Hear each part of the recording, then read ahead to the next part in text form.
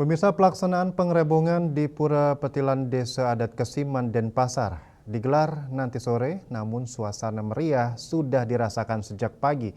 Mengingat ada banyak prosesi yang dilaksanakan sejak pagi, termasuk tajen, tabuh rah, dan hal paling ditunggu adalah kembali hadirnya 32 penjor megah nan indah di Jabepura yang menjadi pusat perhatian.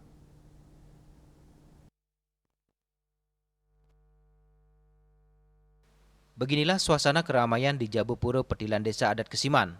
Prosesi pengerebongan ini memang rutin digelar 6 bulan sekali, tepatnya 8 hari setelah Hari Raya Kuningan. Di Jabepura tampak banyak sentra UMKM dan jajanan tradisional menjajakan dagangannya, mulai dari serombotan, plecing, sate babi, klepon, dan bubur Bali, serta aneka gorengan dan makanan siap saji tersedia di pinggir jalan. Sementara tabuh rah juga sangat ramai pengunjung yang sudah berlangsung sejak pagi di Wantilan Pura. Tampak iring-iringan Ide Bedaru Lunge yang diiringi para pemendak menuju Pura Petilan, Desa Adat Kesiman, Denpasar. Sementara di Jabepura dipasang 32 penjor yang indah dan megah. Terpasang yang menambah semakin semaraknya suasana.